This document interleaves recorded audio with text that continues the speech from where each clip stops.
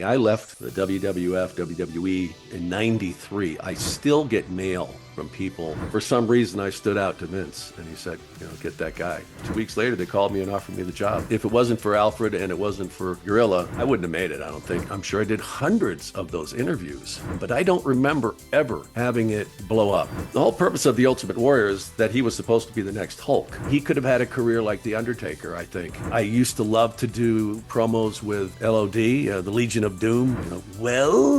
Certainly a unique individual, and not just for his size. Incredibly sensitive person. I mean, Jesse and I are pretty much the only ones left from that broadcast team, so I'm waiting for that phone call. It would have told me in 93, what are you doing? Don't go anywhere. Stay where you are and enjoy the ride.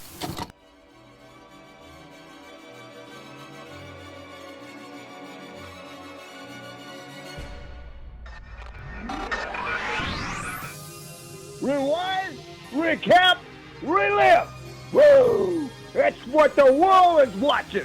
My guest today made his name known in one of the most popular eras in wrestling history, interviewing some of the most large-than-life personalities we've ever seen, and as far as we know, is still broadcasting live from the WWE warehouse. Please welcome Sean Mooney. Yes, no one knows whatever happened to me, but I was in the wilderness of the warehouse, which if you ever got to see that video that I did with Peter Rosenberg, was one of the most fun vignettes I ever shot. I mean, even in all the stuff I did, we had a blast that day, and I wanted to keep the legend going. I actually thought that they would do a show. I mean, I thought there was just so much potential, but that's part of the lore, the part of the legend of whatever happened to the event center and Sean Mooney for a long time. Yeah. Somewhere deep in the warehouse. Was that actually in the warehouse, or did they just set something up to? No, it was the warehouse that we Wow. went. They had, I mean, it was a museum there. It was really cool of all the stuff that they had on those shelves back there. It was amazing. And so, and they wheeled a lot of it out for that shoot. Yeah. Damn, that's so cool. What an awesome opportunity. I think everyone should definitely go check that out. You and Peter had great chemistry, but Yeah. it is Yeah. so cool having you here because I know you're on the heels of a big announcement that we'll get into, and you're also prepping for a trip back to the UK, which is Yeah. exciting. When's the last time you were in the UK? I have not been in the United Kingdom and England since that 92 trip for SummerSlam when Lord Alfred Hayes and I were there with the rest of the crew. Mhm. And that still remains one of my favorite events of all the stuff I got to do. That was just mind blowing. And it was just the culmination of everything we'd been doing at the time, because it's hard to think back now that the WWE is this, really worldwide entertainment organization. Well, back then we were just really expanding into going to other markets outside of the United States, and the UK was the first place we went. So to go over there and actually see the popularity of it, and when you see it in person, it absolutely blew me away, because I did a lot of stuff in the event center where, of course, that the whole purpose of that was to customize markets, and it was the first time that we were able to customize the United Kingdom and do individual shows over there. So when it became a big event like that, and to see how many people showed up at Wembley, it was just phenomenal. So I'm really looking forward to going back, because kind of the love affair began with the fans over there with me, because they just treated me so well. And to this day, I mean, I left the WWF, WWE in 93. I still get mail from people Wow. from the UK, and they'll send those top cards, because I didn't have an action figure then. Not yet. And they send those to me. They track me down. I'm a news reader here in Arizona, and they'll send it to my station. And I figure if they take the time to track me down, then I send them back. And that's been going on for decades. It's amazing. I mean, it's not like I don't get bags of mail, but these things show up, couple, three a month, and it's been really wonderful. A lot of them from across the pond. Yeah. And it'll be cool now to go back and see like that new generation too of fans who maybe went back and watch what you did, growing up now on Sean Mooney and in the 2020. So that'll be really cool. Something you just got confirmation of which I'm sure you'll be bringing to the UK with you, is that action figure, and I think it's right behind you. Yeah, let's If just. I can Oh, yeah. Let say, me see. Oh, gee, what is this one? what a coincidence! Yeah. No, but yeah, when I left in '93, as I mentioned, they certainly had action figures, but it was mostly restricted to the superstars. Mm. They hadn't really gotten into do the announcers, so I didn't. When I left, I didn't end up getting one. Of course, everybody else did, Gene and Bobby and Gorilla and everybody, but I missed out on that. And over the years, people have contacted me, small groups, or people do have actually just done action figures because that's a hobby of theirs, but nothing was ever really serious. And these folks with Hastel Toy, hasteltoy.com, that's their website, uh, contacted me, and they were just awesome through the whole process. They kept me up to date on what was going on. They sent me prototypes and 3D images, and they just did a phenomenal job. And this thing showed up. I got a box of them about a couple of weeks ago, and they Look just at did a that. really phenomenal job. They did. I mean, just the detail of it, down to the blue blazer with it's not the WWF logo, but it is, the detail of that. We did have that patch that would kind of made it official, Yeah. and the khakis, the tie where that was an official WWF tie. And I saved a couple of them, and the small WWF stitching on that tie. And I know that's a big collector's item for people. So I was really pleased with the detail, the time that they took to really get it right. And it's really phenomenal. And they also did one of Lord Alfred Hayes. And they have an announce team coming up that they're doing of us where we're in tuxedos with the headsets. And that's Oh, going to come out later on. But now we both have our official action figure, and it's really cool.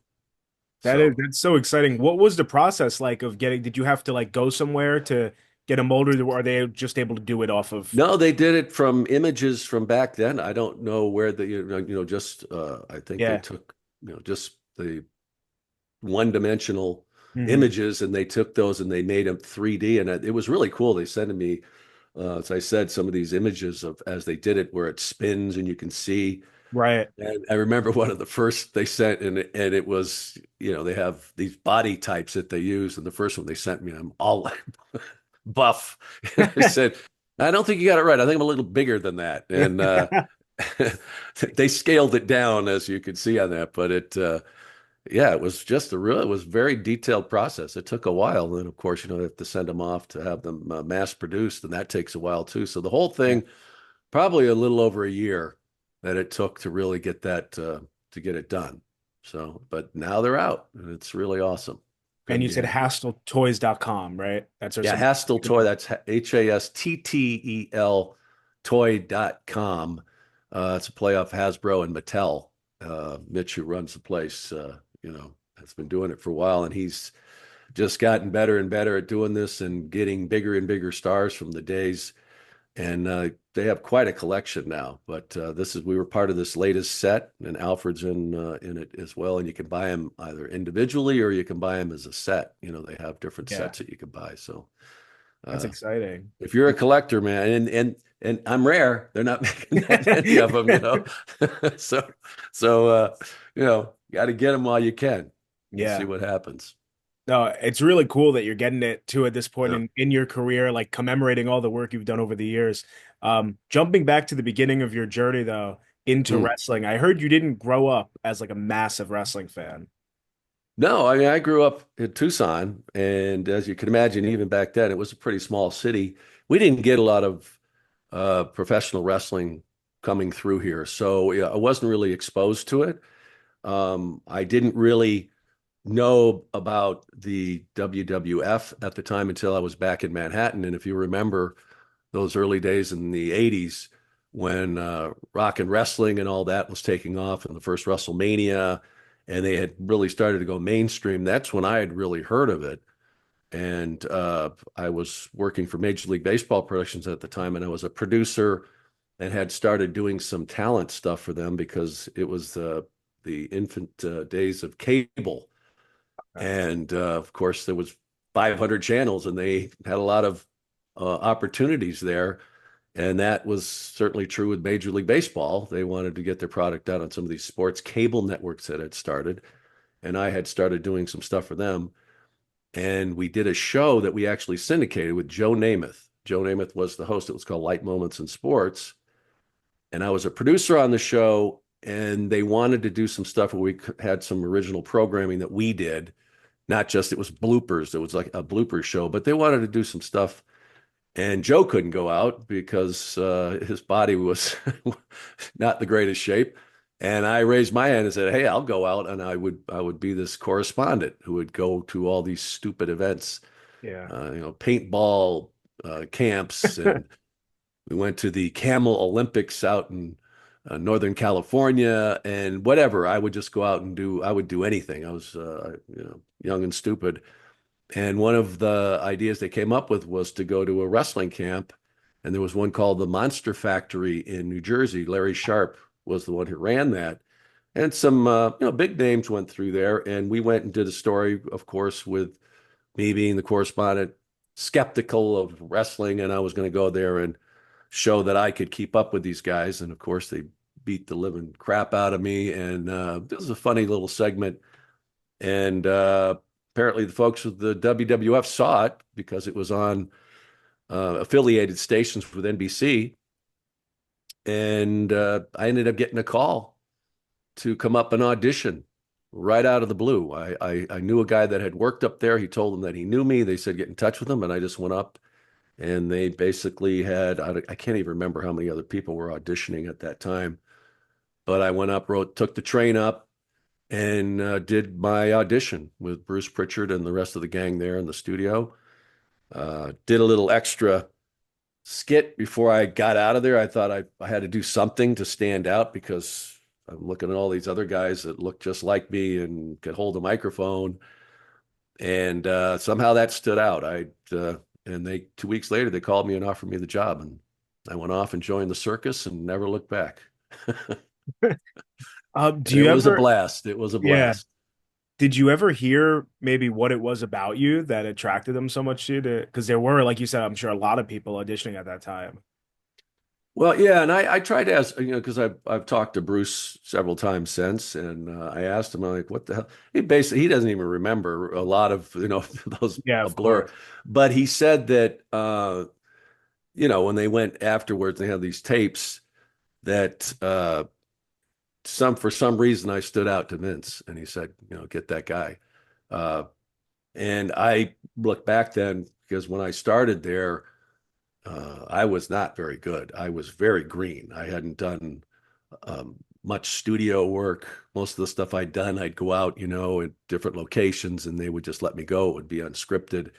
And this was a whole new world.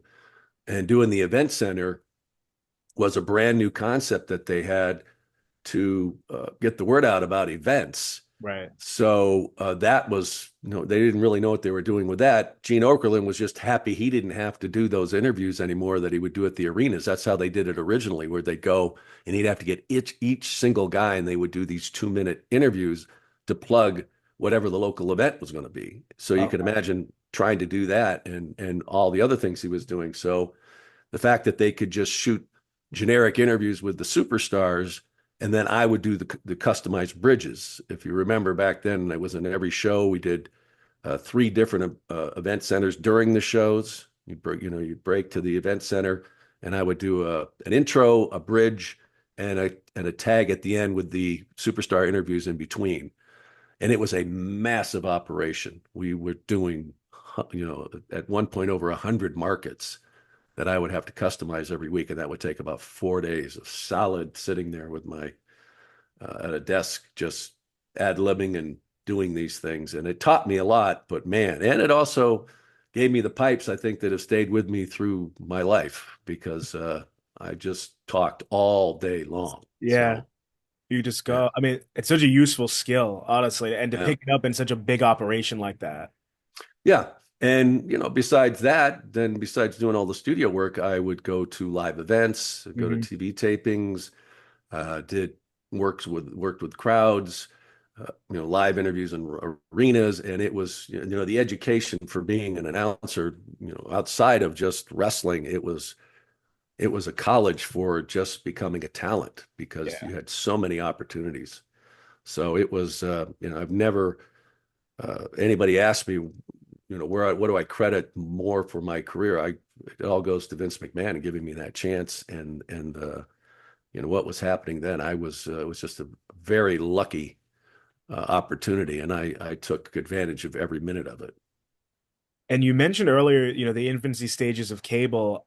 We see Yeah. what WWE is today, but for you being able to walk in there in its earlier days, what was the company like back then compared to, what we see today? It was amazing when I look at it today. And I remember they brought me back for a few things, Yeah. and going to these arenas, and there's 20 tractor trailers outside, and then Yeah. everybody has their own tour bus. And believe me, it was nothing like that. We went to arenas, of course, and there was a few trucks out there, but the guys were showing up in rental cars, and four of them were sharing it, and they're staying at hotels along the road because they'd go to a TV taping, and they'd the next night they're in another town.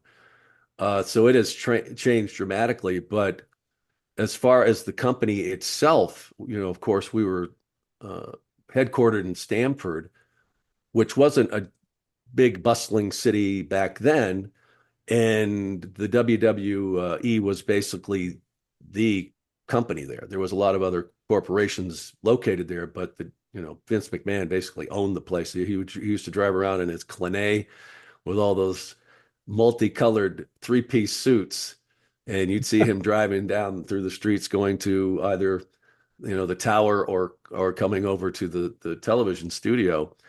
And it was a very small staff. We all knew each other. I knew all the people that worked in promotions. I knew, everybody that was involved from, the top down. And it was Camelot. I That's what I often describe it as, because Vince had a party, we were all there at his house in Greenwich or wherever he was. Pat Patterson would have parties, and everybody would be there. Yeah. And that's the way it was. It has certainly grown into a gigantic conglomerate now, but back then it was a relatively a small company. And when they had first set up there after moving down there, they had a couple of office buildings downtown in Stamford before they built the tower, and it was very small. There was I couldn't even tell you, there maybe wasn't more than 20, 30 people that were running the whole place, besides the ring crews and everybody else that was out on the road. But in Stanford, that was about it.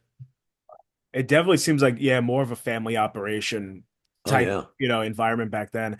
Of those few people that were there, though, that I feel like they were just so great, like storytellers, especially on the mic that were there.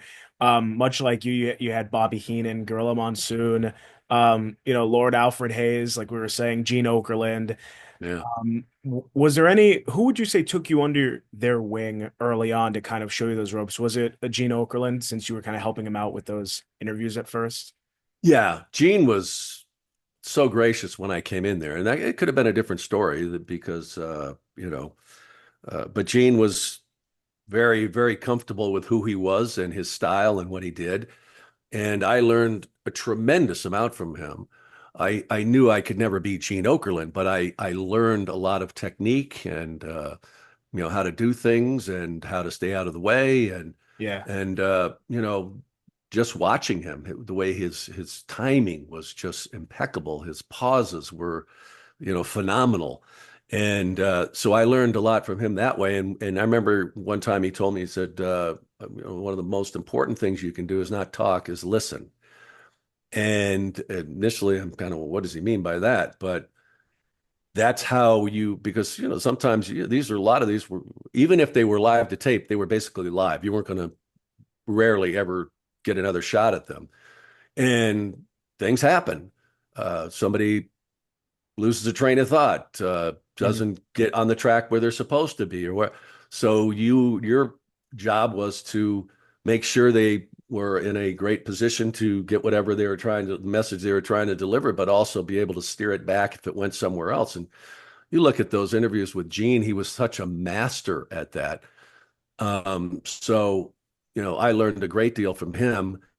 Uh, but Gene lived in Florida, so he wasn't in Stanford. He'd come up for every 3 weeks or something like that. But as far as uh, being in Stanford, the two people that really were the ones that took good care of me was Lord Alfred Hayes, who lived in Stanford as well, and then Gorilla Monsoon, who lived in Philadelphia, but he was up a lot. He came to Stanford all the time.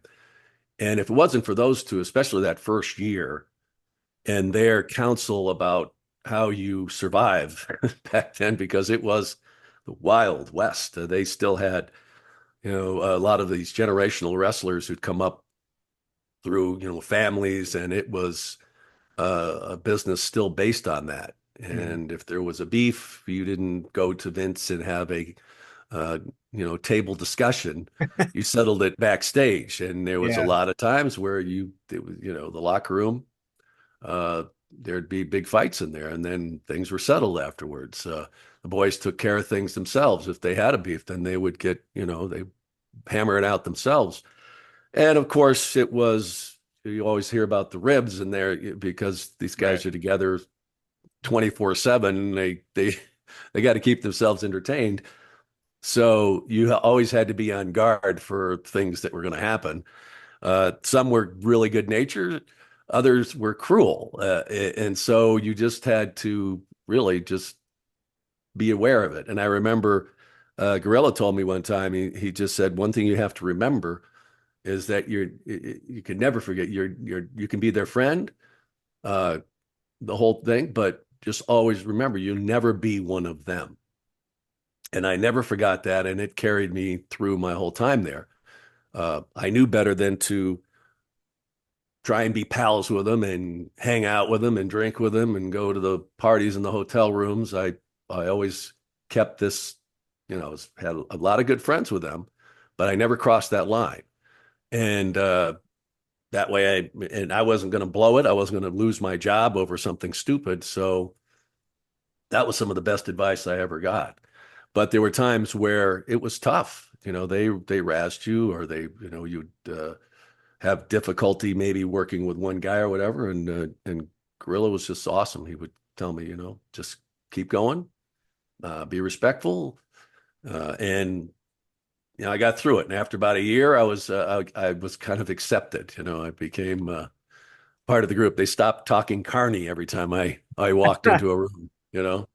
So it was quite an experience. But if it wasn't for Alfred and it wasn't for Gino, Gorilla, uh, that I wouldn't have made it. I don't think especially because I was from another world, and they were bringing in people from the outside, and everybody was very wary of people who hadn't come up through the wrestling business. But Vince knew that that business was not going to change unless he did bring in people that were from the world of entertainment, who were better talents and better, at skilled technically, and that made all the difference in the world. There was at one point the networks used to copy things they did. Vince knew that he had to do that to compete, and so if there was some piece of equipment that did some kind of effect or whatever, they had it before the networks did, because he knew that that was what was going to get him the attention, that he had this polished product. It wasn't the old looking high school gym anymore with the darkened arena. Right. He was putting lights on people in the crowd. We're like, what the hell? Why would we want to see the crowd? Well, because we see the crowd, because then we know what's exciting. We see the Yeah. reaction of what's going on in the ring. So you look at those early events where it was like the old boxing matches where you just had the lights center on the ring and everything else was completely black around there, and then he was lighting up the arenas, and that changed everything in the world. And then he had more cameras. And then he had cameras at ringside, and seeing the whole thing. You're right there in the ring. So he get that. Vince and that whole team deserves a lot of credit for, I think, really even changing sports television. Hmm. We still see things that they innovated back then that have become just something we're very used to seeing in the ring. Yeah. It's so awesome you got to see that evolution too Yeah. firsthand. And I agree. I've heard you say that Vince was very protective of your gimmick of being kind of like the straight guy, seeing all this crazy stuff happen around you. And I think, like, to your point, bringing you in from the outside, you not really being used to this craziness probably helped show through on screen and show that like difference, between the craziness you see and then the polished reporter giving it to the masses, like letting them know what's happening. Yeah, and that was, credit to him too on that, that he saw that was, everybody had a gimmick. Yeah. I still feel that way about everybody in life. Everybody's got a shtick, Yeah. whatever works for you. And that I think that when you asked me before, what did he see in me? I think he saw someone who could help legitimize the product more. I think Mhm. before that, you'd always seen, you think back some of the old wrestling announcers, and it was these guys that, you thought, well, they could probably be in the ring too. Well, there was no question. I wasn't someone like that. Right. And so I think his vision was that I was going to be this person that uh, didn't necessarily wasn't really ingrained in what was going on, but I was a whatever you call it, like journalist, and Mhm. I am going to bring you an honest view of what I'm seeing. I think is if you broke it down technically, and he was very protective of that, where he didn't allow the boys to rough me up much. They could maybe grab a lapel or something, but he wouldn't allow them to manhandle me. Or, I remember a couple of times during interviews that happened, and Vince would get on, and say, "Look, you don't do that.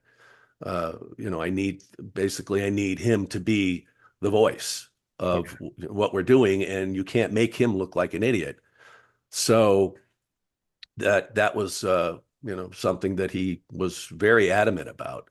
And I didn't really appreciate that till later, but it worked. It really did. And it gave legitimacy to that event center when things came on. People said, "Oh, he's got something to tell us." Right. And even my reaction to something, come out of those interviews, be like, "Okay, uh, not quite sure what's going on with that guy, but you're going to see him in the ring." You know what I mean? And I think that in some ways it was kind of that view of people that were out there who would be doing the same thing if they were sitting where I was. And I Right. always kind of looked at it that way. Well, you make your pay-per-view debut at the very first SummerSlam. What is that Yeah. atmosphere like at a packed Madison Square Garden? Man, having lived in Manhattan, I knew I appreciated what Madison Square Garden had represented. And of course, I grew up a sports fan, and whenever there was something that you saw from Madison Square Garden, you knew it was a big deal. So, yeah, of course, it being there was just phenomenal. And I remember, and I think it was because it being in the city. Now, you'd go to other places that weren't like Manhattan. I mean, Manhattan to me was kind of the center of the universe. And it just seemed to me, I remember when that event happened, and I'm sure this isn't the case, but to me, it felt like the entire city was there for SummerSlam because that's all everybody talked about. And it was, so to have been a part of that and, from a kid from Arizona, from Tucson, and being at Madison Square Garden doing an event like that, I don't think you could really tell on camera, but I was a wreck. I mean, it was very nerve-wracking to feel that pressure to do something like that. So, but that does, it still stands out as one of the greatest events. And then, like I said, anytime anything happens at Madison Square Garden. Now, after that, we used to go there every month. We would Right. do a show there, but it never got old for me. And I used to love when we'd go there because, a lot of people, uh, a lot of celebrities, and were huge wrestling fans, and many of them lived in New York City, and they used to come and be backstage just to hang out. And that would be just for one of the, not just the big pay-per-views or something would do. These were monthly shows. And I remember Bob Costas would come down there, and a lot of these people, and just to hang out, just to be with the wrestlers. They loved it. So Yeah. it was big time. With it being the first SummerSlam, what was Vince stressed? Was there added pressure? Was there expectations of what this event would become? Well, not really, because of course they'd already done, huge events. And one thing that always stood out to me with Vince is I remember the production meetings, and he would always say, "Nothing can go wrong."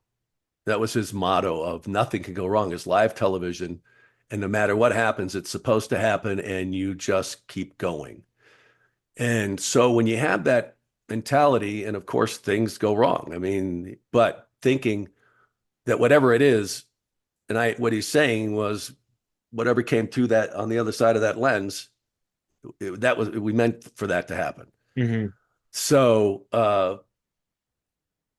at some point, to me, it's always like the red light goes on, and it doesn't matter what it is. At that point, you you set into what you got to do.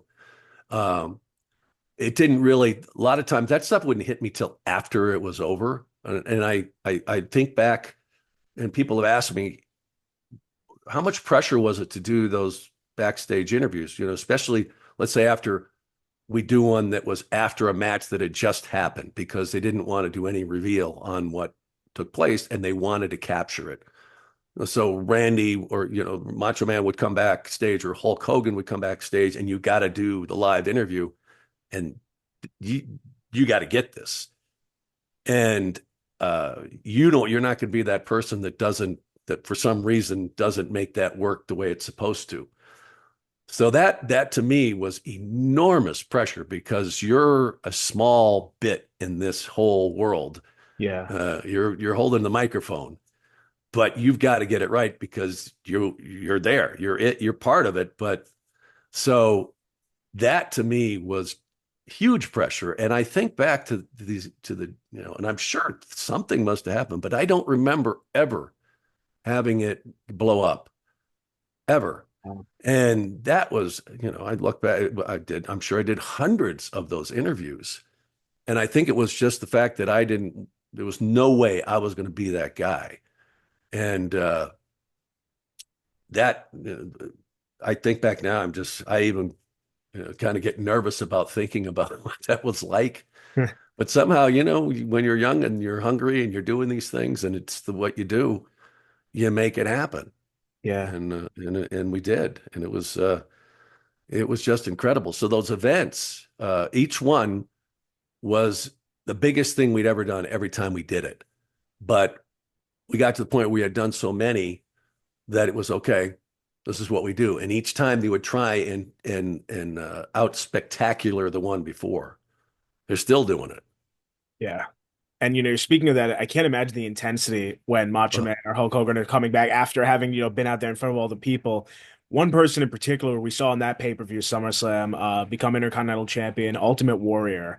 We saw the intensity he brought to the ring. I mean, it was yeah. insane. What was he like behind the scenes when you'd work with him, maybe in between those interviews, something? Was he always that intense? Yeah. Oh yeah. When he came back in for an interview. Yeah, absolutely. And I don't think that he gets enough credit for what he was able to do in the ring. The whole purpose of the Ultimate Warrior is that he was supposed to be the next Hulk. I mean, Vince realized that Terry had other uh, aspirations that he wanted to do, and also the idea, nothing lasts forever. And I've had the conversation with people before that you have to give credit to Hulk Hogan for what he did for professional wrestling. You could never take that away from him. Without him, none of this happens. Nothing like this. We could still be seeing territorial wrestling at this Mhm. point without what Hulk Hogan did. And of course, the genius of Vince back then when he did all this. But if he didn't have a Hulk Hogan, that wouldn't happen. But at some point, he realized that, well, this isn't going to keep going, and I need to have more of a stable of people that are going to attract crowds, especially when you're doing an A, B, or C tour out there Yeah. across the United States. So finding the Warrior was uh, supposed to be able to carry that on. Um, and Jim was an amazing performer. It's just that the way it all came together and the people that he had around him and just his mentality doomed it.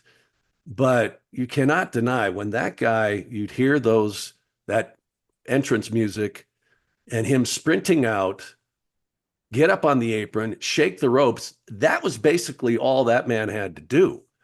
You go in, give some stiff clothesline and finish it up. He's in and out of there in 3 minutes, and he just blew the roof off the arena. Uh, Not certainly on the level of Hulk Hogan when it came to doing promos and that kind of thing. I still to this day don't know what a lot of the stuff he was talking about. I think they have websites devoted to it, still trying to figure it out. That's so funny. Right. Um, but you never knew what, as far as when he was at the arena or, we did a lot of appearances together, who was you were going to be talking to that day. But whenever he was in those, the interview room, yeah, that intensity was just at an 11. And he didn't really, the other guys you'd talk and kind of get an idea, okay, where we're going with this and everything. But Jim never wanted to do that. It was just kind of like, just stand there and let me go. Yeah. And yeah, okay. And you can see from all those interviews, there's not a whole lot of back and forth. A lot of the guys, I could throw something in there, they'd react. We could, Gene would be the same way, but not with the Warrior. He just had whatever planet he was talking about or whatever. And, but it was always at that intensity and it delivered to the people that loved him. They still talk about it. So, it's unfortunate as to what could have happened with him. He could have been one of the greatest ever in history. I think he could have had a career like the Undertaker. I think if circumstances had been different, but he came from a different world, and it was brought into that. The fame came really quick, and I don't think he ever really learned how to handle it. He had other people telling him stuff that didn't help him, and it's too bad because you know I know a lot of and I never had to step in the ring with him, and I know there was a lot of resentment from the other wrestlers who had to do that because he had a lot of slack. They let a lot of it get by, and it was like I said back then, a lot of them would settle it in the ring, or they would get pretty damn stiff in the ring with a shoot to try and straighten him out. But yeah, and he isolated himself from the guys backstage too, so that didn't help. But there were times when I had great discussions with him. He was a very smart guy. You know, had trained in chiropractic treatments and stuff like that. I mean, he was an intelligent guy and sensitive about a lot of things. But who knows with the stuff he was putting in his body. And so, like I said, some days he'd come in. I remember where he would come to some of these appearances. I don't know if he'd say 3 words to people, and other times he'd be on his knee talking to a kid for 20 minutes. So it was a very, very complicated person. And I think that, forever will always be kind of misunderstood about who he actually was. Yeah. No, well said. And I feel like it's coming out now more than ever too of that, Yeah. misunderstood. I'm so Yeah. glad that it ended up. I mean, certainly not in his death, but that he did have closure with the Yes. WWE Yeah. and being inducted into the Hall of Fame. It's almost just incredible, eerie that the way that all played out. But I was glad to see that there was that recognition and that he did have a reunion with the WWE. Absolutely. Yeah. Yeah. One of the biggest differences, and you just brought it up with Warrior, between the interviews we see today and the ones that you did back then is the fact that they were just unscripted, see what happens on the fly. And I feel like you got more of a sense of real from that for sure. Was there ever an interview that you remember catching you off guard because it was more of that just on the fly? Oh boy. Yeah, I'm sure that happened several times, but you got so used to being in that situation that you rolled with it. And most of those guys were really good. I always found it amusing, or find it amusing now that, Mark Calloway, uh, made a career out of saying pretty much nothing, and Yeah. now he's one of the most profound voices in professional wrestling. Uh, but uh, I don't really remember an instance where things. There were times where somebody would lose their train of thought, and all of a sudden they're kind of like, and you got to pick them up. I remember doing that many times, but most of the guys were really good at when you get to that level, and you had to be able to cut a promo. But some were more difficult than others. You had guys that would basically have to have it written out. They would come in with their notes. I remember, initially, like Bret Hart had a difficult time early on, but then he got very good because it was just that repetition. But people like Randy Savage was just, gold. Come in, do it. He was in it, and I don't know. I'm sure he thought about where he was going to go, but I think most of them it would be they kind of had bullet points. I'm going to hit this, this, and this, and then I'm going to finish like this with this big thing. So there, at that level, it really wasn't. These guys are professionals at that point. And then, of course, if they weren't a great talker, they had a manager, and Hmm. that would be either Bobby or Mr. Fuji or somebody that they would have who would take care of that. But yeah, I don't remember one that really stands out to me that uh, that it was kind of a disaster. We're like, oh boy, you know. Yeah. No, absolutely.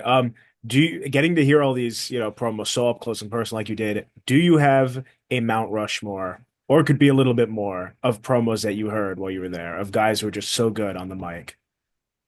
Oh well, of course, Hulk was always really good, and I remember him telling us one time about he was kind of counseling one of the other guys, and I was in the room, and he said, "Well, uh, if you notice, I don't really talk about wrestling when he's doing his promos. Like he'd be talking about I'm riding my Harley down the PCH, wind's blowing through my hair, and I'm thinking about then he'd get back to what he was going to do in the ring, but it was always something that was way out there Yeah. and talking to the kids and doing that kind of thing. So that was I think that was kind of his secret initially to do the way we do that. Um, uh, Other guys that were just like, as I mentioned, Randy Savage was Randy. was so good and so intense. And I've seen some of the early stuff. You see the innovation of how they go from, whatever their character was then, and it just evolves. And Randy was like that. That at some point, that he got the voice down and all the little things he would do with his hands and the outfits and that kind of thing. So uh, I used to love to do promos with LOD, the Legion of Doom, the Road Warriors, because they were just so great, Mike and Joe, and that well, and those guys were such intense performers, and nobody realized what a great sense of humor each one of them had. They were hilarious, especially Mike. And it was just amazing that, that voice. I always thought, man, he could have been a great voiceover talent, that Yeah. the way they would, do those promos. So a lot of them were just very, classic, but each had their own style. And that's a lost art. You don't see the way that those guys had, or the personalities that they had then. People still, cut good promos or whatever, but nothing to me. And I'm probably biased just from appreciating how they did it back then. But that was if you couldn't cut a promo, you could see basically you weren't going to make it. Hmm. because you had to be able to do that. You had to sell your character. Yeah. Especially in that era. And that's a great group you named Yeah. too. Macho Man Hulk and the Road Kurt Warriors. Hennig. Yeah. Hennig was phenomenal. I loved Kurt. And then of course you look at people that, Bobby Heenan was just a master. You look at people like him and Gene Okerlund, and I always thought that if those guys didn't find professional wrestling, they would have been great, bit players, character actors. They would have been, Bobby was a legitimate comedian who could have done, stand up and would have been a great comedic actor. So, they were the best in the world, and it wasn't just for professional wrestling, as entertainers. You mentioned Macho Man, and I heard you two became close during your time in WWF. Do you have what do you think it is that made Macho Man so special? And what are some of your favorite memories working with him? Well, I think that one of the things that you really have to appreciate about Randy is where he came from. He, grew up in the business. His father uh, had they had their own little territory, little operation that they had along with Lanny, and he was going to be a professional baseball player, and devoted his life to doing that, and was a hell of a ball player, and then blew out his shoulder, and then learned to throw and lefty. Uh, so but and still played minor league ball, which was just insane. That he was not only that he first became a minor league ball player, but then had to learn how to do something completely different and then stay at that level, but realized it wasn't going to happen. And the story goes that he just put all of his baseball gear in a bag and tossed it. That was it, and said, "Okay, I'm in the business." Yeah. And just like anything else, he devoted everything, 110%, and into being the best professional wrestler he could possibly be. And that was his gift. He found his place, but that was also something that evolved over a number of years before he got to the level. And by the time he got to the WWF, he was certainly ready for prime time. And the whole thing with the discussion of how who are they going to put him with, and he insisted on having Liz. Well, I'm sure that didn't go over easy when this meek woman who was certainly beautiful, but not really a performer, and they're going to put her on a stage like that. Well, we all know how that turned out. It's one of the greatest wrestling couples in the history of professional wrestling. Yeah. So just his, I think, his belief in in himself, his devotion to his craft and what he did. You hear the story, how Randy was tight with money, and he saved it, but at the same time, he knew that he had to stand out. He had to be different, and he did it with the outfits. Those outfits were expensive, and he would, I, some of those pay-per-views, he'd have 3 or 4 different outfits because he knew you got to spend money to make money, in a sense. And also the fact that when he was in the ring, he gave everything he had. It was very important to him. And I heard him say it more than one time that people, spent their hard-earned money to go sit in a chair and watch him do what he did. And he owed it to them to give them everything he had. And, the story of when he had the staph infection in his elbow, and he was in the hospital the day before, and then went in there and had a phenomenal match. It was one of his best matches ever. You knew that he had to be in incredible pain, and he's still throwing that elbow. yeah. So just enormous respect for him. He certainly had his flaws, and the obsession and the way he was about Liz. There was something to that for sure. But if he trusted you and you're in a circle, he was a phenomenal friend. Yeah. I mean, goes without saying, larger than life. And I feel like a lot of Yeah. his innovation seeps into what we see today too in wrestling. Like definitely an innovator who inspired generations to come. But Yeah. that's very cool. You got to be in that kind of circle with him. Speaking of larger than life, Andre the Giant. I'd love to hear what memories you have Yeah. of being around Andre. Man, Andre was just a certainly a unique individual, and not just for his size. He was an incredibly sensitive person, very, very deep, very well read, had interests in wine and horses, and he was all that. And at the same time that and they talk about, I know that, Alfred was around him when he was really young, saw him when he was 17. I remember him telling Oh me these wow. stories, and he said, you would not have believed how that kid moved. As big as he was a really good athlete. And most people remember Andre later in life, basically after getting beaten and over the years and his body breaking down, which is only natural in a person that's carrying around that kind of weight, and gravity takes its toll, hunched over and having severe back problems.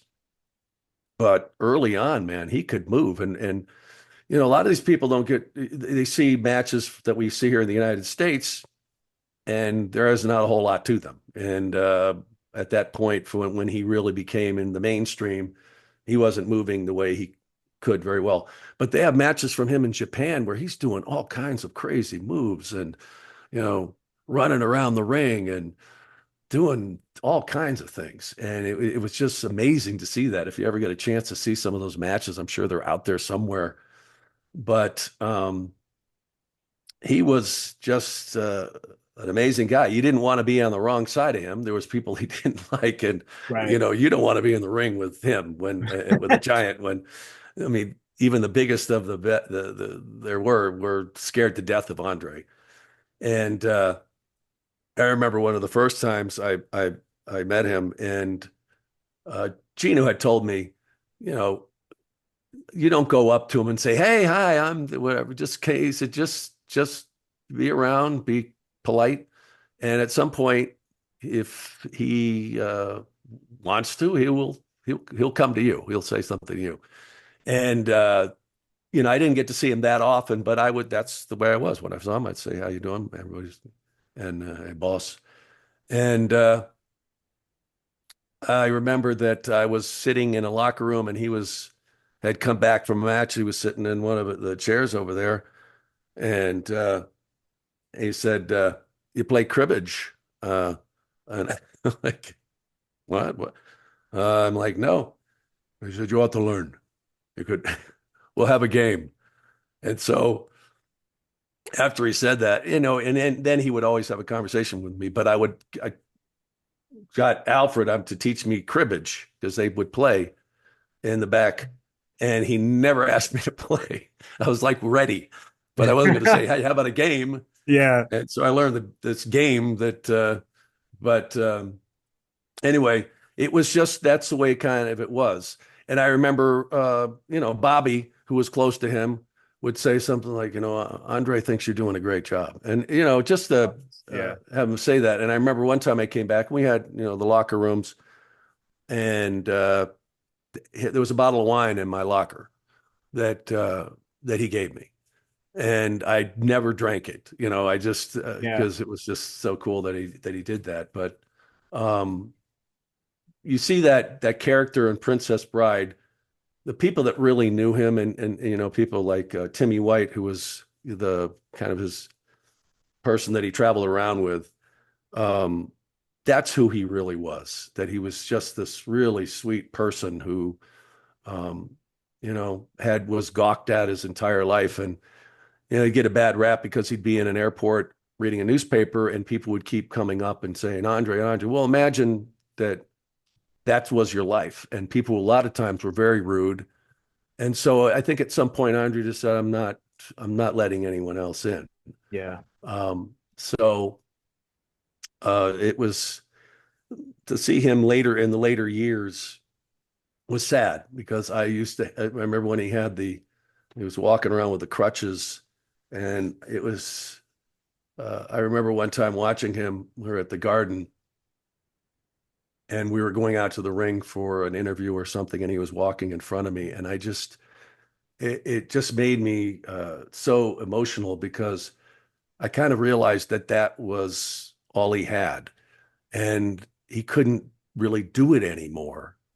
And like when at the end there, when Vince basically had to say, we're not going to put you out there anymore, uh, it hurt Andre because that was his life. He loved to be around the locker room, be around the boys, but he just wasn't he wasn't mobile anymore. He couldn't fly. He used to go around in a van. They had a big giant captain's chair in the middle of it. Mm. And in a lot of ways, I know that Vince did it in a sense to protect them, but there was it was a rift there for a long time, that I don't know if it ever really healed.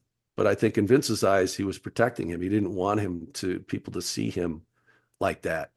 But at the same time, it took away what he had left. So it was really sad. That is sad. And do you still have that bottle of wine by any chance? Yeah, I do. Yeah. Wow, And that's great. it's probably doesn't taste very good, but yeah, I still have it. I don't even Nice, remember what it but was, a Chateauneuf de Pop or something like that. But he used to have they had those. Everybody had those aluminum briefcases yeah.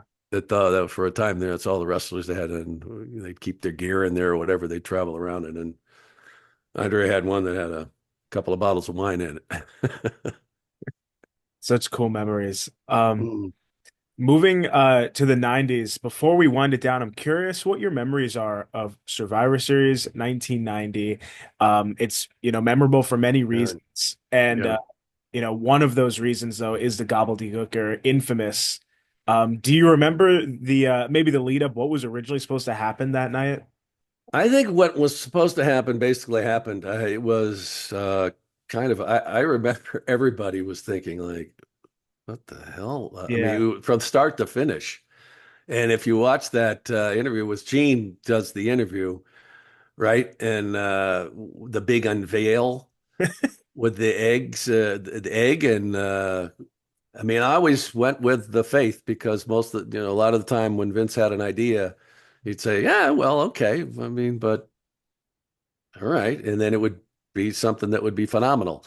That wasn't one of them. And it's too bad that that's one thing that really stands out from that whole event was the gobbledygooker. You know, the guy, it's like one of those things with the hand with Mark Henry, and Yeah. like, ugh, man, who came up with this? Yeah. So yeah, but that was uh, that was doomed, I think, from the very beginning, and I just still shake my head over what were they thinking? The gobbledygooker, which was in the warehouse, by the way, if you Yeah, I remember. know. That's your old friend. He's Yeah, back there right now. Uh, yeah. no, it was definitely infamous, and yeah, that crowd that night didn't know what they were in for for sure. Someone that would last. And they still don't. I think they're still Yeah. wondering, like, what the hell were they thinking? But yeah. Undertaker's debut also happens that night though. Mm. And you mentioned when to go on as one of the most prolific figures in wrestling. Do you remember what was happening for the lead up to that debut that night? Yeah, we heard about him coming in and what they plan to do. And I have to tell you that from the very beginning, um, that I just felt like that's going to be gold. I mean, and it will, as we know, somebody can just hit a gong now, and and no matter what walk of life you are. I mean, I still see people use that in other venues Yeah. of entertainment with a dong, and uh, yeah, but back then, if somebody would have told me the career that Mark would have, I would have been shocked, just because nobody uh, besides maybe people thinking Hulk Hogan, but had I guess, I mean, name someone else who's had a more phenomenal career that was relevant through it all, no matter what, even the Harley period or whatever that was, where he was kind of the biker thing going, Right. but it didn't, that character is just everything about it worked, no matter what you did with it. It was just fascinating to people. It captured their interest, no matter what he was doing in the ring. All that edge of death and that kind of thing, and the coffins and and that look, and Yeah, even and Paul Bearer needs credit too early on absolutely. for making that be a successful run. But really, Undertaker, Mark Calloway is one of the greatest ever. It's certainly top five in my book when it comes to outstanding figures that have lasted decades and decades. That's one of the greatest gimmicks ever. Absolutely. Yeah, and people felt it. I think everybody knew that that was going to work. I really do think, and I remember back then that it was just, oh yeah, he's going to be great, and just that he was imposing then, this young kid. But it's just been phenomenal to see the run he had, and I'm love seeing his success now he's having with the podcast and Mhm. he had Donald Trump on. I mean, come on, Yeah, he's absolutely still transcending the wrestling world. It's Yeah, after all yeah. these years. Now Yeah. look, I mean, now there's a crossover of that. We've got people that are, appearing on these wrestling podcasts that, you know, all walks of life. Yeah. No, wrestling is certainly it's growing even more today, and you see WWE too going back and kind of bring some of that history forward, which is cool. Saturday Night's Main Yeah, Event being one of those yeah. things that they've now resurrected. Have you watched any of those? Now I haven't seen the new ones, but I know that they've been inviting some of the stars of yesterday back. Right? So I'm waiting for that phone call. But I mean, Jesse and I are pretty much the only ones left from that broadcast team. Yeah, Then, and I'm not asking. I don't need a seat at the table there, but I'd love to show up on one of those. We'll see. But they were special back then, uh, and you can imagine how I felt when I got the opportunity to be on the show because Gene had always done them, and I got the chance to do those shows, and of course they were network. I mean, just to think they were replacing Saturday Night Live, which at the time was huge, and it was network, so they were a lot more scripted. Uh, Dick Ebersol, who gave me a chance to be on those. He was the one who spoke up, said let's put Sean on to kind of break it up so we could have kind of the heel baby interview stuff, and Gene wouldn't have to do it all. But there was a lot of pressure there because they were a lot more scripted, and everybody was a little tighter on that because you had to hit times, and you had to hit the copy, and they had different writers they brought in that weren't necessarily you know uh, that familiar with how things were done with the storylines and stuff like that. So there was a little bit that involved there making it happen, but just to be on that stage again when you really hadn't seen professional wrestling on a network level since the 50s. right. So it was very cool, and it's great that they brought it back. I mean, it's as big as ever. They are doing phenomenal business right now, and it's 100. great to see. That's good for everybody. That's good for all professional wrestling, all the way down, because it helps these other independents, and so it's great to see it happen. Yeah. No, it's definitely a very, very healthy industry right now. Well, my final question for you would be if you could go back and tell Sean Mooney some advice before he heads into this crazy world Mm. of wrestling and broadcasting, really overall, what would that advice be? I would have told me in '93, what are you doing? Don't go anywhere. Yeah. Stay Stay where you are and enjoy the ride because, I got to do a lot of other great things, but nothing has matched that. And it was a blast. And we've lost so many of those people now, Yeah.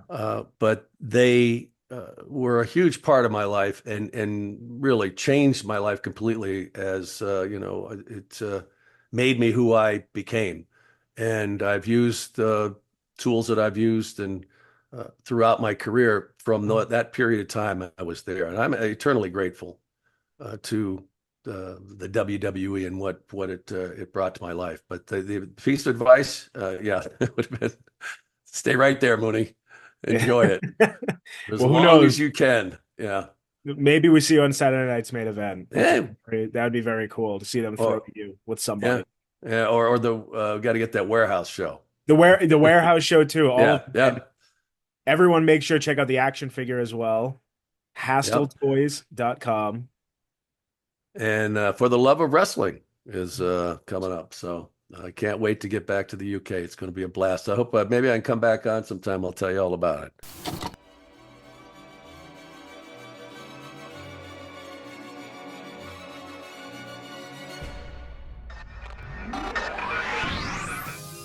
Rewind, recap, relive. Woo! It's what the world is watching.